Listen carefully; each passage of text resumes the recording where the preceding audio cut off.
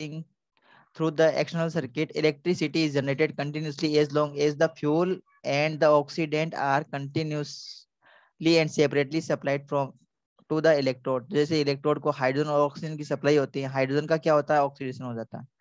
जो hydrogen gas इसको मिलती है, सप्लाई होती है, उसका क्या होता है, ऑक्सीडेशन। और जो ऑक्सीजन गैस आती है उसका क्या हो जाता है, रिडक्शन होता है और वाटर बनता है, और साथ में इलेक्ट्रिसिटी जनरेट होती है। अब ये जो फ्यूल सेल है इसकी स्ट्रक्चर भी हम देख लेते हैं।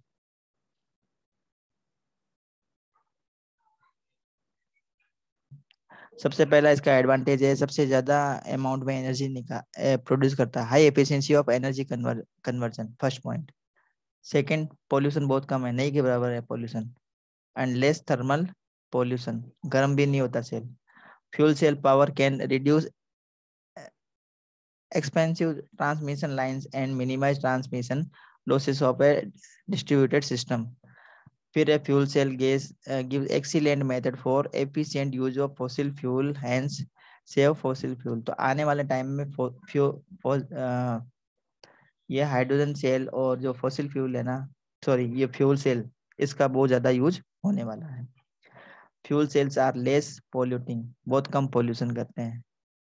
नेक्स्ट इसका देखो एडवांटेज क्या क्या है। In case of fuel cell when use as reductant, environmentally undesirable nitrogen dioxides are not produced and there is no combustion in the process.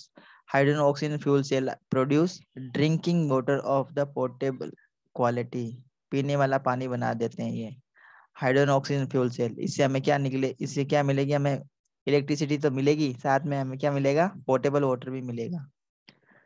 ठीक है, तो लेस मेंटेनेंस है। तो ये सारे इसके क्या है, एडवांटेज है। अब इसके डिसएडवांटेज भी देखो, एक और एडवांटेज की स्लाइड। फास्ट सेटअप, सेटअप बहुत जल्दी से हो जाता है, और हीट को generated, hence increase efficiency of heat temperature system. ये सब इसके क्या है, एडवांटेज है। डिसएडवांटेज भी आप देख लो बेटा। हाई इनिशियल कॉस्ट, कॉस्ट ज्यादा है इसकी।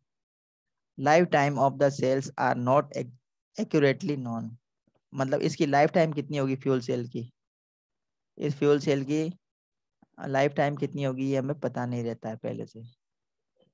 High cost of pure hydrogen, तो प्योर हाइड्रोजन है ना, उसकी कॉस्ट भी बहुत ज्यादा होती है, तो ये थोड़ा सेल थोड़ा सा कॉस्टली पड़ जाता है। तो ये थोड़े से इसके क्या है, डिसएडवांटेज है। तो एडवांटेज इसके बहुत ज्यादा है, डिसएडवांटेज इसके कम है। एप्लीकेशन ऑफ फ्यूल सेल, ये आप लोगों को याद, ये एक दो पॉइंट इसमें यूजफुल पॉइंट है। मतलब first commercial use of fuel cell was in NASA space program to generate power for satellite and space capsule. तो नासा ने स्पेस सैटेलाइट भेजे थे, उसमें एनर्जी का जो सोर्स था वो क्या था, फ्यूल सेल था। तो ये क्वेश्चन पूछा हुआ बोर्ड में, तो ये इंपॉर्टेंट बन जाता है। Fuels are use for primary and backup power for commercial, industrial and residential building in remote and inaccessible area. ऐसे एरिया जहाँ पे मतलब ये जो इलेक्ट्रिसिटी को हम एडजस्ट नहीं कर सकते, ऐसे एरियाज, मतलब बहुत रिमोट लोकेशन वाले एरिया है, बहुत हाइट पे है, तो जहाँ पे इलेक्ट्रिसिटी की पहुंच नहीं है, तो वहाँ पे इनका यूज कर सकते हैं। तो ये कुछ इसके क्या हो गए बेटा, एडवांटेज हो गए। अब हम देखेंगे बेटा rusting, last point of this chapter, corrosion. ये हम पढ़ लेते हैं बेटा। तो सभी को दिख रहा होगा बेटा, तो स्लाइड मैंने आप लोगों के सामने लगाई है ना, आपको दिख रहा होगा। नया टॉपिक हम स्टार्ट कर रहे हैं, नया टॉपिक है कोरोजन। तो कोरोजन क्या होता है, कोरोजन आप सभी बच्चों को वैसे पता होगा, आप लोगों ने छोटी क्लास में भी आप लोग इसको सीख के आए होंगे कोरोजन के बारे में। When the metal are exposed to atmospheric condition, atmospheric condition का मतलब है जब हम मेटल को डायरेक्टली एक्सपोज कर देते हैं, किसमें, एयर में, तो एयर में ऑक्सीजन भी होगी और वाटर वेपर्स भी होंगे। तो ये वाटर वेपर्स और ऑक्सीजन ये क्या करेंगे, मेटल से रिएक्ट करेंगे, और मेटल से रिएक्ट करके उसको मेटेलिक ऑक्साइड में या मेटेलिक कार्बोनेट के अंदर कन्वर्ट कर देंगे। उसी को हम क्या बोलते हैं, कोरोजन ऑफ द मेटल। और corrosion is the slowly eating of the metal, ये आप लोगों को पता होगा। तो ये इसका देखो डेफिनेशन लिखी है, corrosion is the process of deterioration of the metal as the result of its reaction with air or water। जब कोई भी मेटल है एयर डायरेक्टली एक्सपोज रहती है एनवायरनमेंट में, ऑक्सीजन और वाटर वेपर के कांटेक्ट में रहती है, तो ये जो मेटल है वो क्या करती है, उनसे रिएक्ट करके मेटेलिक ऑक्साइड और मेटेलिक कार्बोनेट बनाती है और एक लेयर उनके ऊपर सरफेस के ऊपर जम जाती है। उसी को हम क्या बोलते हैं, कोरोजन। कोरोजन से क्या होती है, मेटल की जो स्ट्रेंथ है वो कम हो जाती है और इसी को हम बोलते हैं slowly eating of the metal.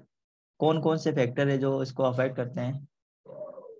सबसे पहला देखो position of metal in the EMF series, electromotive force वाली सीरीज जो हमने पहले देखी थी। जो ज्यादा रिएक्टिव मेटल होगी ना, रिएक्टिव मेटल, उसमें कोरोजन बहुत जल्दी होता है, रिएक्टिव मेटल्स में कोरोजन जल्दी होगा। और जो लेस रिएक्टिव मेटल होती है वो एनवायरनमेंट में ऑक्सीजन और वाटर वेपर से रिएक्ट नहीं करती है, उनका कोरोजन नहीं होता है, बहुत कम होता है। जैसे गोल्ड है या प्लेटिनम है ना, इनका कोरोजन जल्दी नहीं होता, इनका होता ही नहीं है कोरोजन। कभी आप लोगों ने सुना है गोल्ड का कोरोजन हुआ या प्लेटिनम का कोरोजन हुआ? नहीं होता। तो ये क्या है, बहुत ही कम रिएक्टिव है, लेस रिएक्टिव मेटल्स है ये, तो इनका कोरोजन नहीं होता है। Then presence of impurities in the metal, अगर मेटल में इम्प्योरिटीज ज्यादा होगी तो कोरोजन भी बहुत फास्ट होगा, स्पीड बढ़ जाएगी कोरोजन का, क्योंकि उसमें क्या बन जाएंगे, खूब सारे छोटे छोटे इलेक्ट्रोलाइटिक सेल बन जाएंगे। प्रेजेंस ऑफ इलेक्ट्रोलाइट्स, अब अगर इलेक्ट्रोलाइट की प्रेजेंस होगी तो भी क्या होगा, कोरोजन फास्ट हो जाएगा। अब प्रेजेंस ऑफ इलेक्ट्रोलाइट में क्या होंगी, ऑक्सीजन होगी, वाटर वेपर्स होगी, कार्बन डाइऑक्साइड होगी, ये सारे सारे क्या है, इलेक्ट्रोलाइट का काम करेंगे कोरोजन के लिए। Then presence of carbon dioxide in water, अगर कार्बन डाइऑक्साइड मिक्स है पानी में तो वाटर कैसा हो जाएगा, कार्बोनेटेड वाटर, और वाटर की जो एसिडिटी है वो बढ़ जाएगी, क्योंकि जो कार्बन डाइऑक्साइड गैस है वो वाटर से रिएक्ट करेगी H2O से, CO2 गैस H2O से रिएक्ट करके क्या बना देगी, कार्बोनिक एसिड बना देगी H2CO3, तो एसिडिटी बढ़ जाती है, तो उससे भी कोरोजन की जो रेट है वो क्या हो जाती है, बढ़ जाती है। Then presence of protective coating, अगर किसी मेटल के ऊपर एक ऐसी लेयर लगी है जो उसको प्रोटेक्ट कर रही है तो उससे कोरोजन क्या हो जाएगा, कम हो जाएगा या बिल्कुल ही नहीं होगा। अब मेथड्स क्या है कोरोजन के, किस टाइप से रस्टिंग होती है आयरन में? तो आयरन की जो कोरोजन है उसको बोलते हैं रस्टिंग ऑफ आयरन। आयरन में जो कोरोजन का जो प्रोसेस होता है उसको हम क्या बोलते हैं बेटा, रस्टिंग ऑफ आयरन।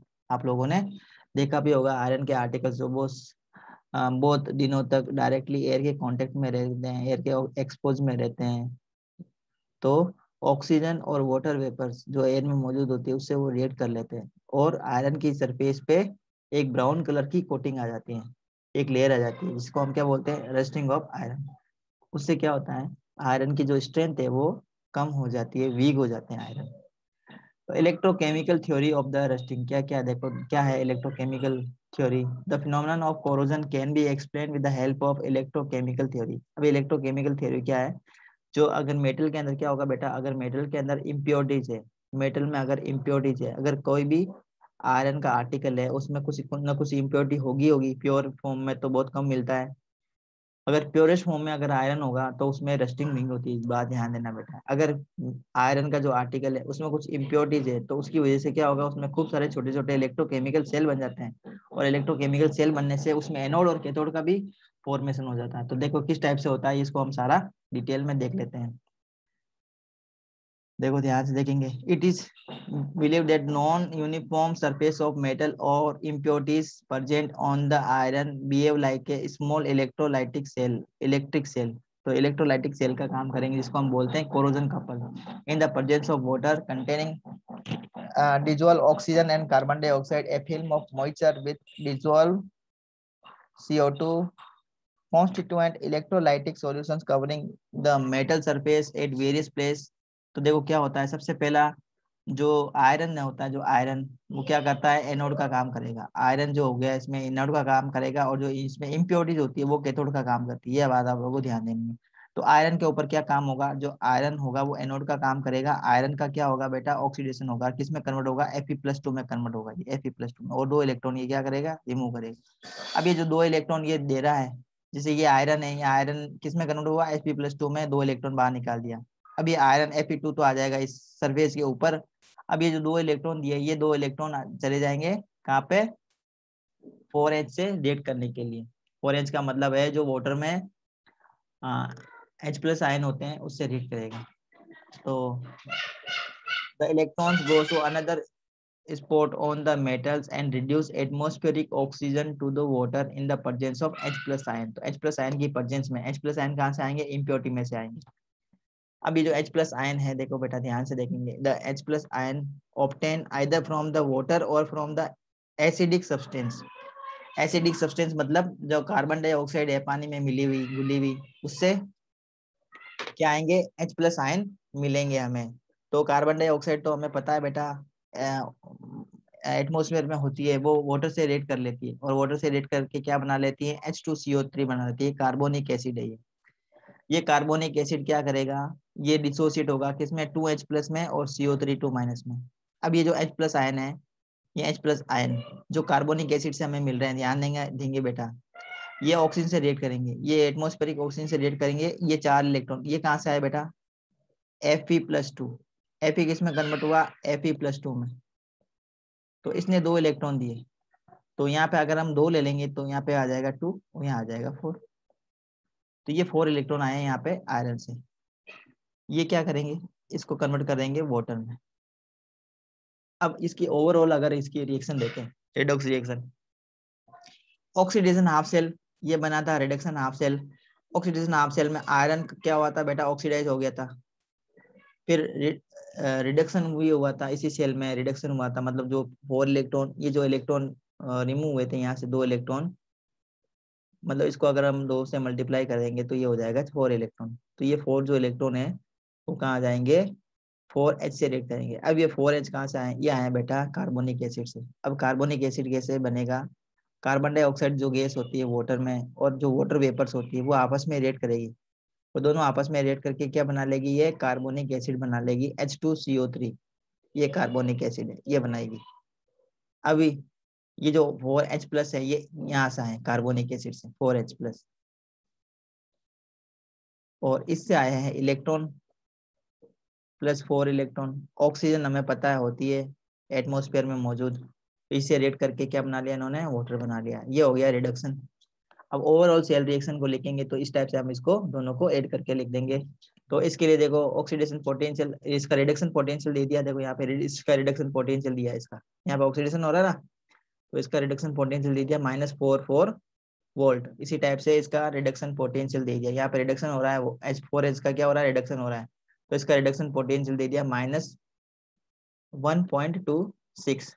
अब दोनों का हमें E0 पता चल गया। अब हम इसका क्या निकाल सकते हैं? सेल का EMF निकाल सकते हैं। तो ध्यान देंगे ये ओवरऑल सेल रिएक्शन होगी, आयरन रिएक्ट करेगा 4H+ से और ऑक्सीजन से, क्या बनेगा? Fe+2 एक प्लस में और H2O। ये ओवरऑल सेल रिएक्शन हमने लिख दी। अब ध्यान देंगे बेटा, the ferrous ion oxidize further by dissolve oxygen और atmosphere oxygen by the air to form ferric oxide. अब ये जो Fe+2 है ना, ये वाला Fe+2, अब ये क्या करेंगे? ऑक्सीजन से रिएक्ट करेंगे और वाटर से रिएक्ट करेंगे। ऑक्सीजन और वाटर से रिएक्ट करके क्या बना लेंगे?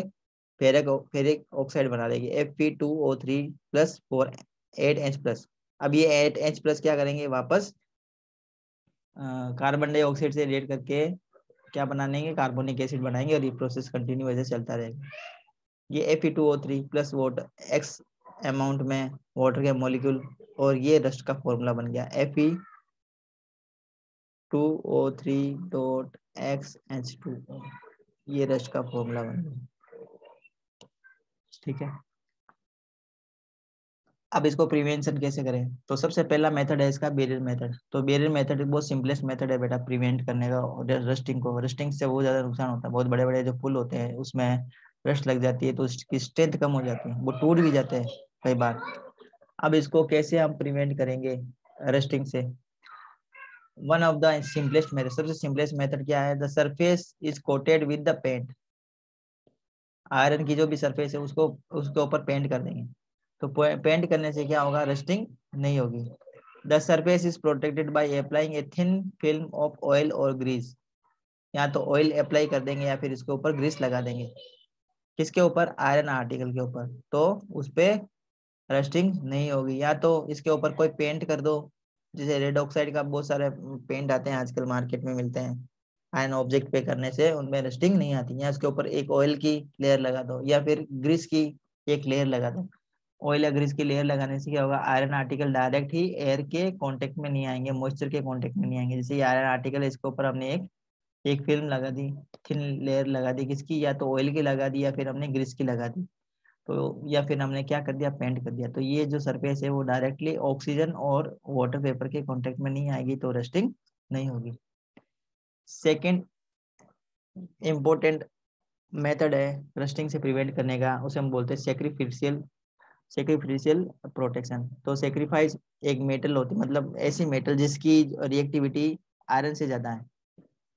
ये आयरन है, सपोज आयरन का आर्टिकल है, इसके ऊपर अगर हम एक कोटिंग कर दे, किसकी, सपोज जिंक की कोटिंग कर देते हैं, जिंक की कोटिंग कर देते हैं आयरन आर्टिकल के ऊपर, जिंक की कोटिंग कर देते हैं, ये है आयरन, और इसके ऊपर हमने कोटिंग कर दी किसकी, जिंक की, तो इस प्रोसेस को हम बोलते हैं गैल्वेनाइजेशन।